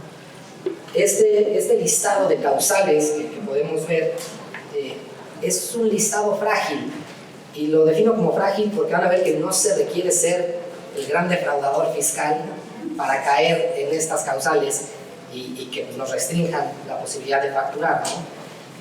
Vemos que una de las causales que ocurre bastante es la omisión en el cumplimiento de obligaciones, principalmente declaraciones, tanto anual como provisionales. La anual nos dicen, con que te pases un mes de que me tenías que declarar y no me declaraste, te puedo restringir. Estamos a 8 de abril, las personas morales ya declararon, el que no, ya va 8 días tarde. Y basta con que termine este mes para que pudiera caer en estas causales, incluyendo también a veces las provisionales que nos dicen que estás omiso, o inclusive declaraciones de IVA que sean definitivas. Vemos que si a un contribuyente no se le es localizable en un procedimiento administrativo de ejecución o en la práctica de alguna facultad de comprobación, llámese visita domiciliaria, pueden restringirnos estos sellos. Y aquí lo peligroso es que es a criterio del visitador. Hoy, particularmente, me tocó atender una que le están restringiendo a una empresa la posibilidad de facturar porque a criterio del notificador no estamos como localizables. Y no sé cómo le hizo, porque aceptó en el acta que desde la calle se ve que el inmueble está desocupado y el domicilio fiscal es un 5º piso. ¿Cómo le hizo? No lo sé. La realidad es que tristemente la empresa ahorita tiene los sellos restringidos. Tan fácil como el dicho de ese funcionario público. Tendremos que atender el asunto y ahorita les platicaremos cómo. Si podemos seguir, si nosotros recibimos un CFDI apócrifo de una de estas factureras que nos comentaban y no nos corregimos o no nos apersonamos a demostrar que eso no nos aplica, nos van a poder restringir. Y más aún, y esta es la más peligrosa de lo que nos comentaban ahorita en estos pecados en la forma de facturar, la discrepancia entre lo que declaré y lo que está reflejado en mis CFDIs. Y basta el error de haber puesto como pago en una sola exhibición lo que me pagaron en meses posteriores para que a criterio del SAT haya una discrepancia que vale la pena aclarar. Pero en lo que aclaramos, nuestros sellos van a estar restringidos. Y aquí sí es donde vale la pena hacer más hincapié, porque el SAT no está haciendo distinción en el impuesto. Están reclamando tanto ISR propio como retenciones, IVA acreditable, IVA trasladado o incluso el retenido. Y aquí también, siendo honestos, no hay un juicio de valor por parte del SAT hasta este momento. Esta discrepancia únicamente la marca la máquina. Me facturaste digitalmente, ya me diste la información. El día 17 del mes siguiente me presentaste tu declaración. Si no es coincidente al 100%, la máquina en cuestión de segundos lo detecta y giran los oficios para que se restrinjan los sellos de manera temporal. Por último, dentro de las causales, llegamos al grado que si los medios de contacto que nosotros establecimos al SAT no son correctos, nos van a poder restringir. E inclusive si tengo una persona moral cuyo socio o accionista tiene sus sellos restringidos, se hace un efecto a cascada y eso es suficiente para que la empresa, aún estando en pleno cumplimiento de sus obligaciones, no pueda facturar. Ahora aquí la pregunta es, oye, pues si llegan y me amarran las manos tan fuerte, ¿qué hacer? El código es muy claro. Hay que presentar un caso de aclaración, un caso en el que aclaremos o corrijamos la situación fiscal del contribuyente. Y aquí vale la pena notar que a criterio del SAT, y esto sí es, hay que agradecerles por ser buena onda, consideran que aquí no hay una facultad per se, entonces la corrección va sin multas. Solo nos van a cobrar el impuesto con la actualización y el recargo. Más allá de lo agresivo que sea no poder facturar, ¿no? Vemos que la restricción por ley debería, y aquí sí es un debería, levantarse al día siguiente. Pero, siendo honestos, no está siendo así. La restricción de que a partir de que uno presenta su caso de aclaración, la realidad es que se está levantando a los 3 a 5 días hábiles de presentada el caso de aclaración al SAT. Que sí es importante considerar si estamos en nuestros procedimientos, que el procedimiento se sigue con los sellos activos. Y esto está siendo extremadamente relevante para los criterios jurisdiccionales que están pronunciando la Corte y los tribunales colegiados, ya que esto ha implicado que el calificativo que dan los tribunales es de un acto de molestia, que por definición es temporal, pero que nos dicen, pues molestia, como que no, porque pues presenta tu caso de aclaración y con eso ya vas a poder facturar. No están observando lo que se tendría que incurrir para poder aclarar. Pensemos en una empresa que emite 1000 facturas al mes y recibe, vamos a pensar que unas 800. Poder conciliar el IVA causado con el IVA acreditable, viendo qué es lo efectivamente pagado, pues no es como que lo vamos a poder hacer en un día, sino que nos vamos a tener que llevar más tiempo. Afortunadamente, pasamos al siguiente. Para aclarar esta situación, la ley nos da un plazo de 40 días hábiles. Es un plazo amplio, pero que en muchos casos se requiere incurrir en esos tiempos. Una vez presentado nuestro caso de aclaración, el SAT va a tener un plazo, conforme a ley, de 5 días para hacernos algún requerimiento de información adicional. A ese requerimiento nos van a conceder un plazo igual de 5 días para atenderlo, y el cual nosotros podemos solicitar sea prorrogado por 5 días más. Aquí esta prórroga se entiende concedida de manera inmediata, siempre y cuando se presente antes de que vence el plazo originario de 5 días. Y va a contar a partir de que se nos vence este plazo originario. Si a criterio del SAT hace falta practicar una diligencia especial para poder tener certeza de la situación fiscal del contribuyente, tiene la habilidad y la facultad para hacerlo, siempre y cuando lo haga 5 días después, ya sea de presentado el caso de aclaración o, en su efecto, de la atención del requerimiento. Y esto sí es principalmente relevante en los casos en los que me tengan por no localizado o me digan que mi domicilio fiscal no cumple con los requisitos que establece el código. Una vez pasado todo este procedimiento, según el Código Fiscal de la Federación, el SAT tendría un plazo de 10 días hábiles máximo, plazo máximo, para resolver. Y aquí lo interesante se vuelven los tiempos de notificación. ¿Por qué? Porque pues, si yo volteo a ver el artículo 14 constitucional, a palabras muy burdas, nos dice que a nadie se le puede privar de un derecho si no se cumplen con las formalidades esenciales del procedimiento. ¿Qué quiere decir? Si el requerimiento cae después del día 5, pues yo puedo alegar que ahí ya no se cumplieron las formalidades. Si se tardaron más de 10 días en resolverme, puedo alegar que no se cumplieron las formalidades. ¿Y dónde podemos intervenir como contadores, como abogados? Precisamente en la práctica de la notificación. ¿Por qué? Porque hoy en día lo que el SAT va a hacer es, nos va a mandar, vamos a pensar, al día 3 de haber presentado el requerimiento, el caso de aclaración, perdón, nos va a mandar el requerimiento. Si yo lo notifico inmediatamente, el SAT está cumpliendo con las formalidades que le pide la ley. Si por el contrario, pues nos vamos haciendo como que no lo vimos por 3 días, a sabiendas de que se va a tener por notificado al 4.º día, eso va a provocar que el requerimiento, en lugar de notificarse al 3.er día, se notifica el 7.º.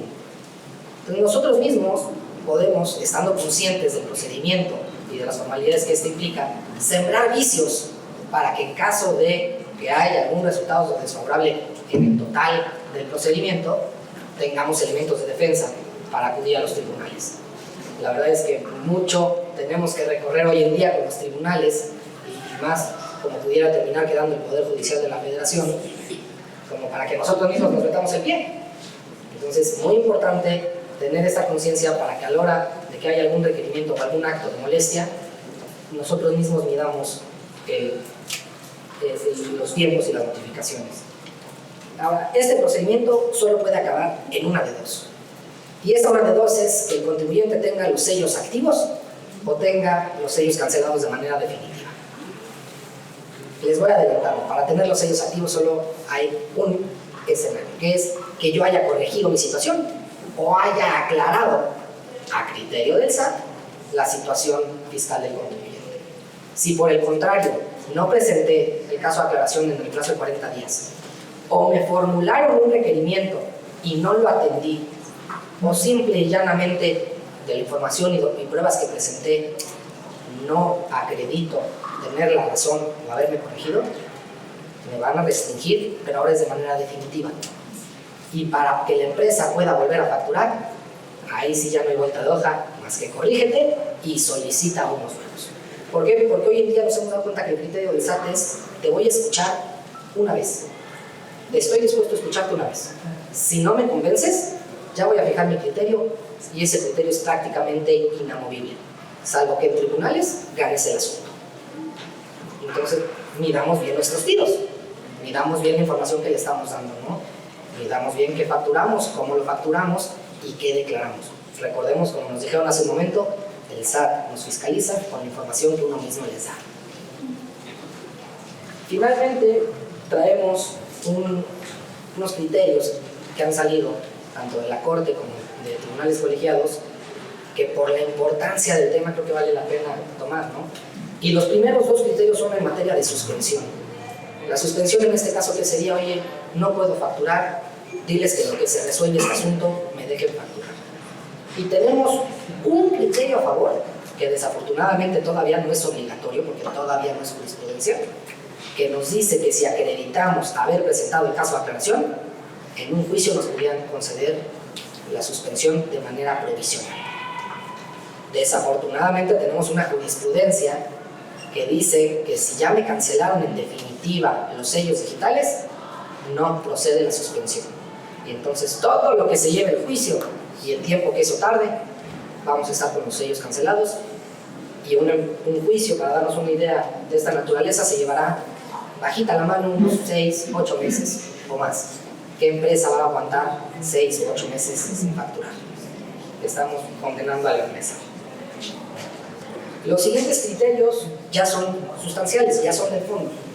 Y desafortunadamente aquí sí tenemos dos jurisprudencias que nos dan en la torre como contribuyentes. Porque una nos dice que la cancelación de sellos no afecta derechos sustantivos, que no se viola el derecho de libre comercio o de libertad de profesión, entonces pues no hay una inconstitucionalidad per se en la restricción.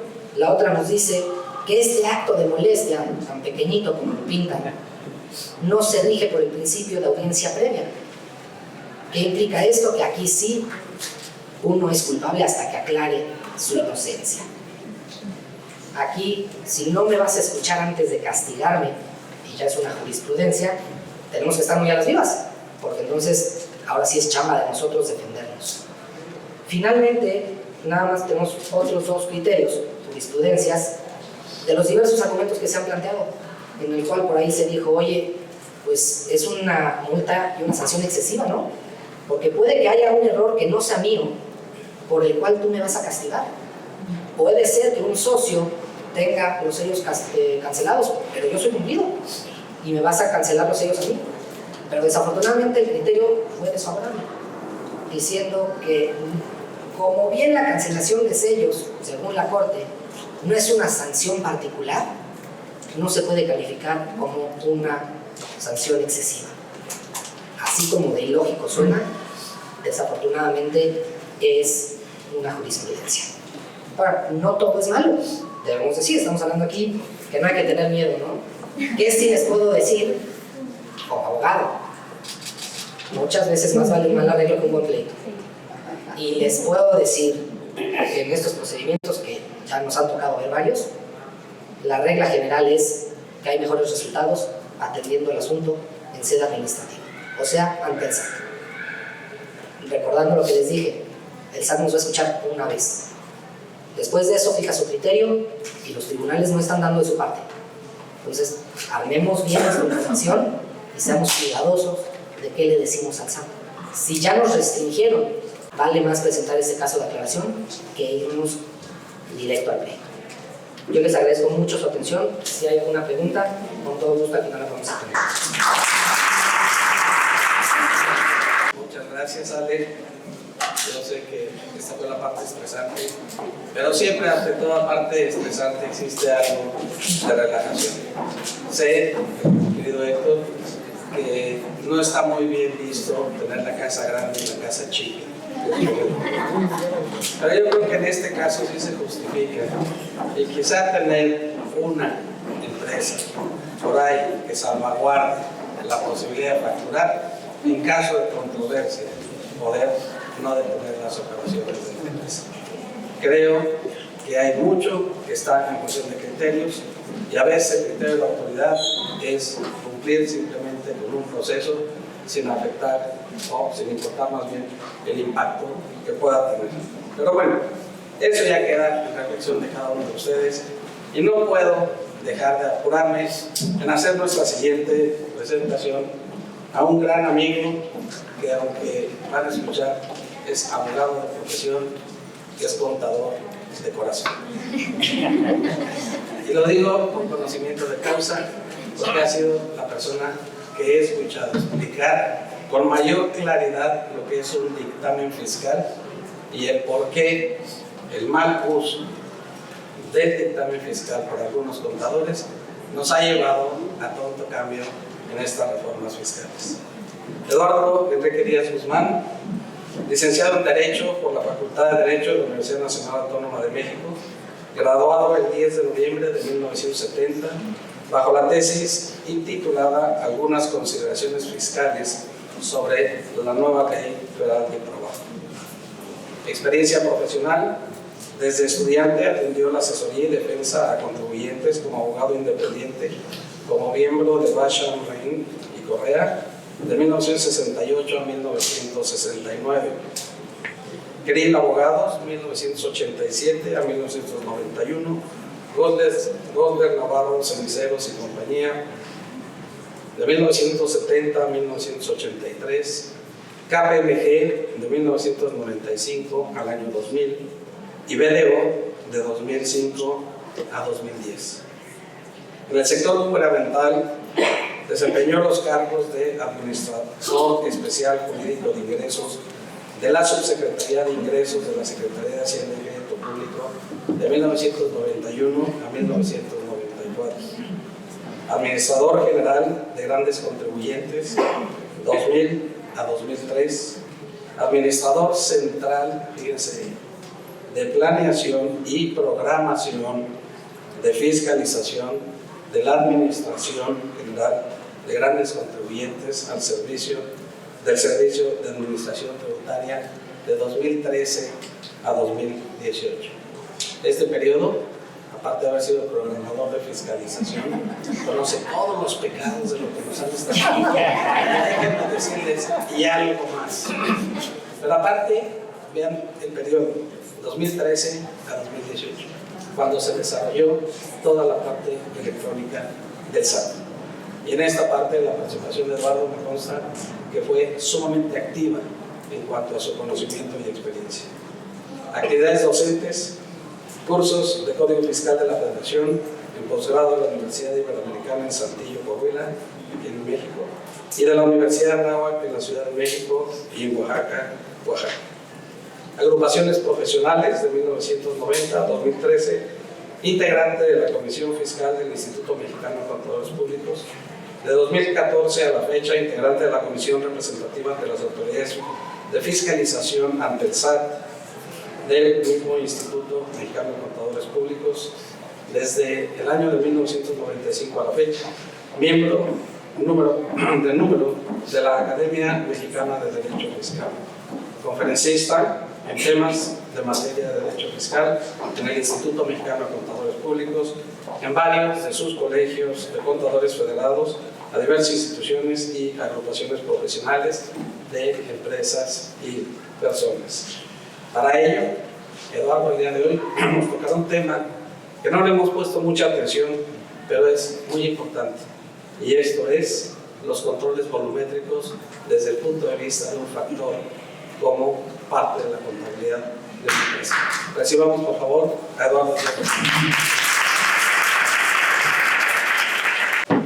Buenas noches, muchas gracias por la amable presentación. Efectivamente, como ustedes leyeron, soy el único de los expositores que no tiene posgrado, no tiene nada. El tema que me toca tratar con ustedes es un tema para el cual preparé una presentación que hoy tenemos.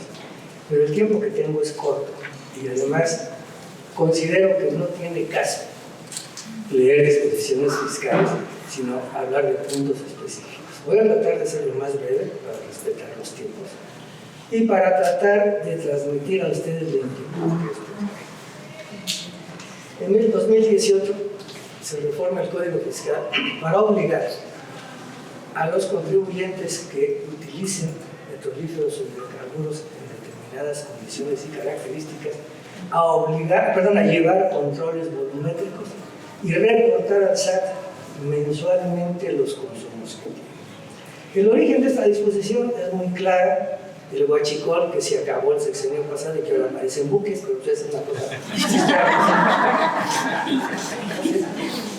Se había agotado, tenemos en 1000 pipas para transportar el petróleo, el gas y los combustibles cuando pasó lo que pasó, pero ahora están en buques y atorados en los puertos mexicanos. Entonces, lo que idearon en el gobierno federal es que hay que obligar a todos los contribuyentes que consumen que nos reporten lo que consumen y qué hacen.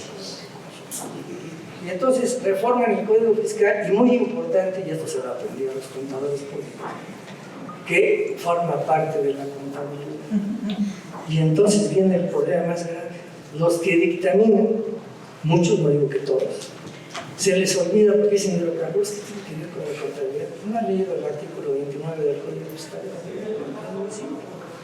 Hay, y eso lo aprendí también de los contadores públicos, en mi paso por el Instituto Mexicano de Contadores Públicos, que hay la obligación de reportar en el dictamen a aquellos que están obligados a dictaminarse fiscalmente, a reportar si están cumpliendo o no con las obligaciones que tienen los contribuyentes auditados de acuerdo a las disposiciones o a las disposiciones, o en cumplimiento de las disposiciones que establece el Código Fiscal.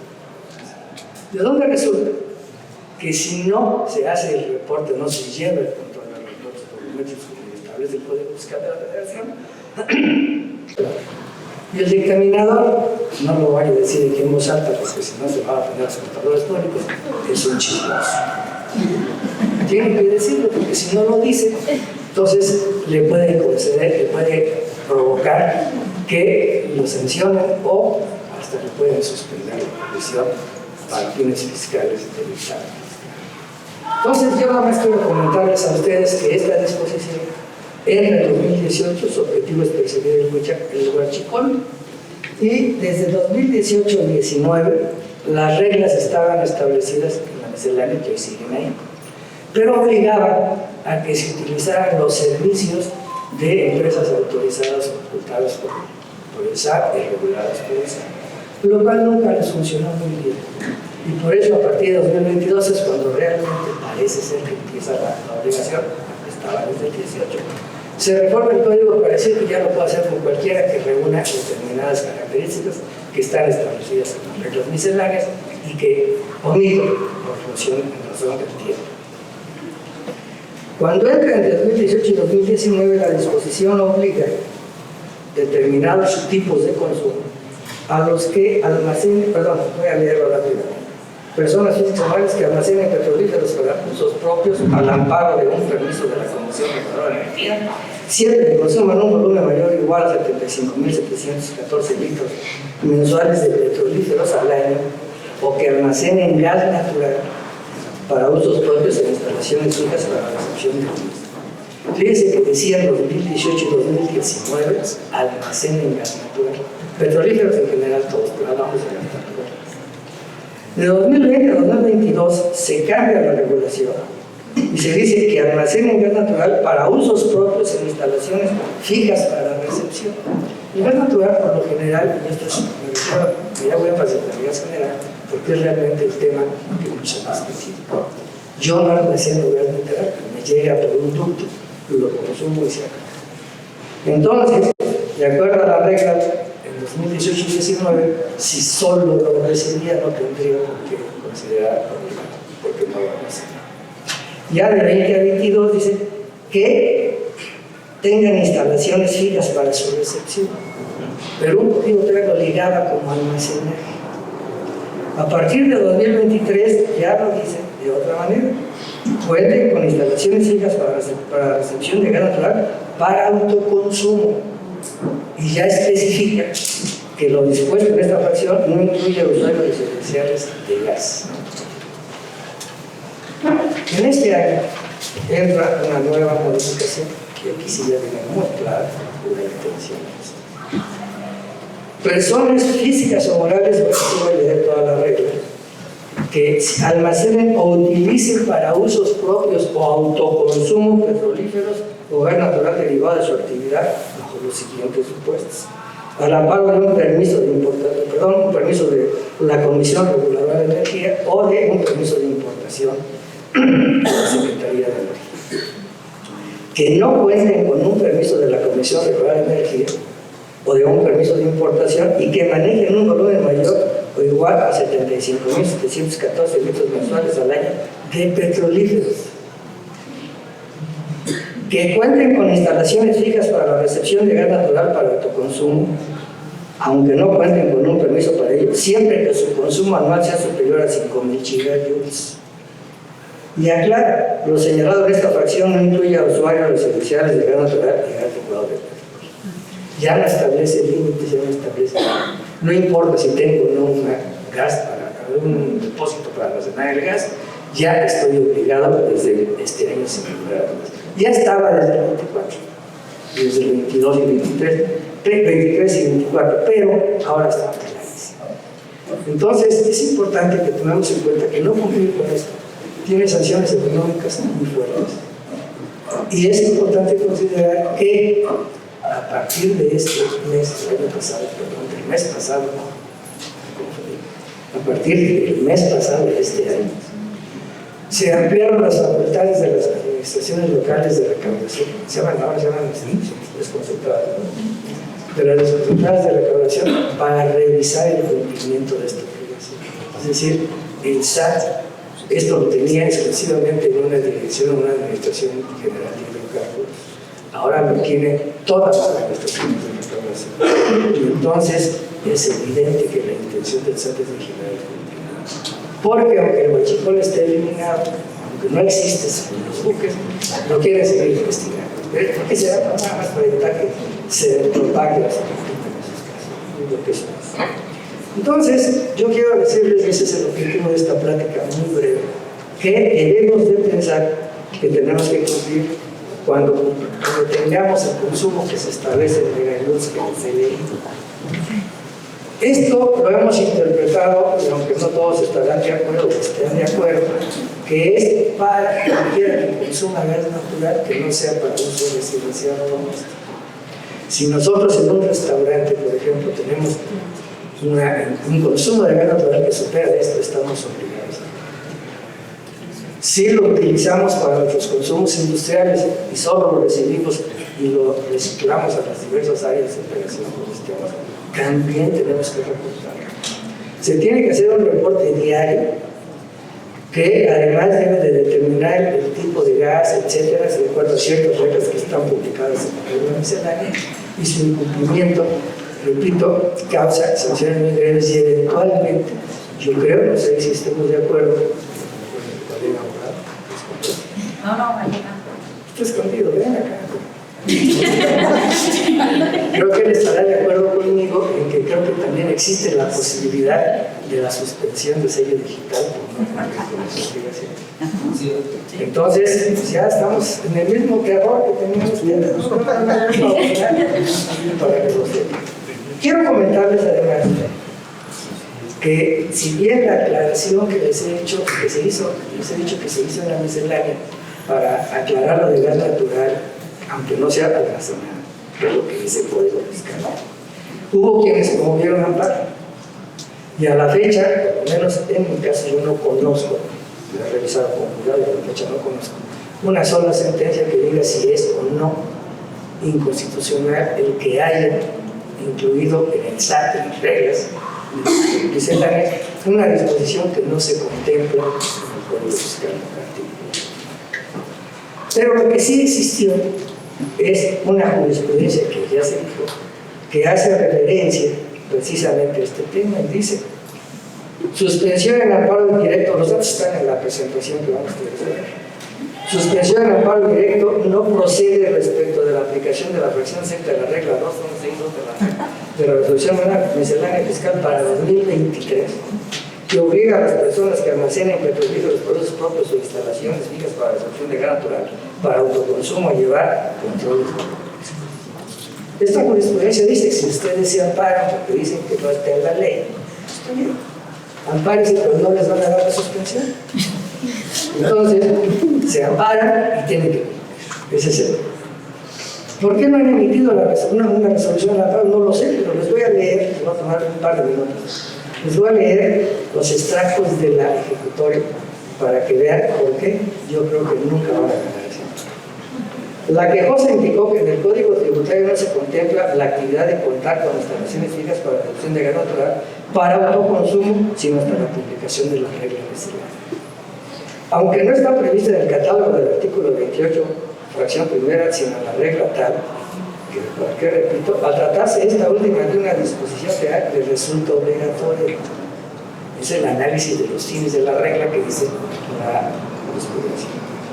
La finalidad de establecer los controles volumétricos fue precisamente combate al mercado ilícito de hidrocarburos y petrolíferos con el objeto de proteger a la población, el patrimonio nacional, el medio ambiente, la economía y la propia industria petrolera, e incorporar esos controles como parte de la contabilidad de los sujetos, y con esa intención el SAT contempló, para cumplir con esa obligación, también a las personas físicas o morales que almacenen petrolíferos por usos propios o que cuenten con instalaciones fijas para la recepción de gas natural para autoconsumo, tal como se estableció en la regla 265.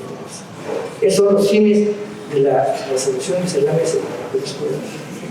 ¿Y cómo justifican la jurisprudencia?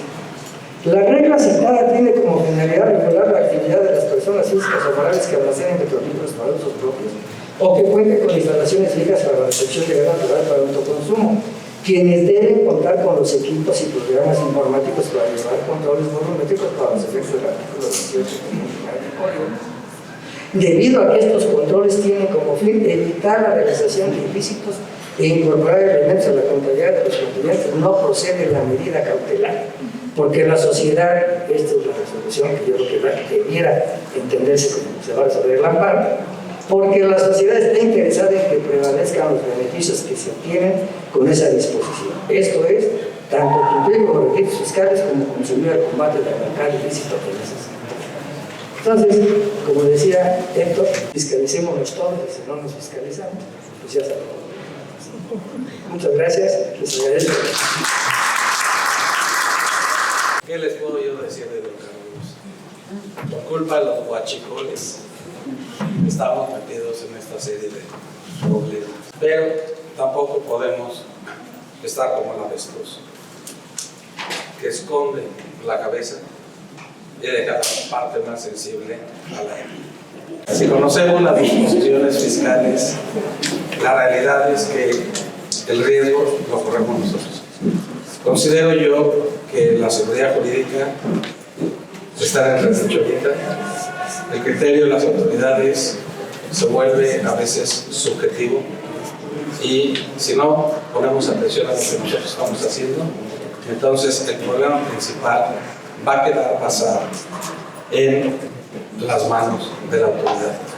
Creo que si con tiempo nosotros cambiamos el sistema de vigilancia y la actualización de la capacidad de lo que nosotros tenemos como contadores, como empresarios, y aunque si bien todo se le culpa al contador porque ha sido la tradición, yo creo que ahorita ya no es tiempo de ver quién es el culpable. Creo que no podemos dejar ya todas las manos a un profesionista que está registrando lo que ya pasó. Tiene que haber conocimiento para que todo pueda resurgir. El tiempo se nos fue. Sé que los temas muchas veces se quedan cortos. Este tipo de pláticas nos limitan a tener que ser muy puntuales con las expresiones de lo que damos. Nos falta un tema que es estímulos fiscales. Sin embargo, ya son las 9 de la noche, unos minutitos antes de las 9 de la noche, y el compromiso de nosotros es concluir a las 9 de la noche. El próximo 13 de mayo, Mari, 13 de mayo, es la siguiente conferencia que nosotros vamos a dar, pero la restricción y la fiscalización que se da y se va a dar ahora a través de la Ley Federal de Trabajo será un tema muy importante porque va a estar ligada a la fiscalización del Seguro Social. Les ofrecemos hacer un huequito en esa conferencia y metemos unos 10 minutos de lo que viene siendo los estímulos fiscales para que Alejandro nos disculpe de no dar a ustedes también desde luego esta plática que está programada y mejor dejamos un espacio para preguntas y respuestas.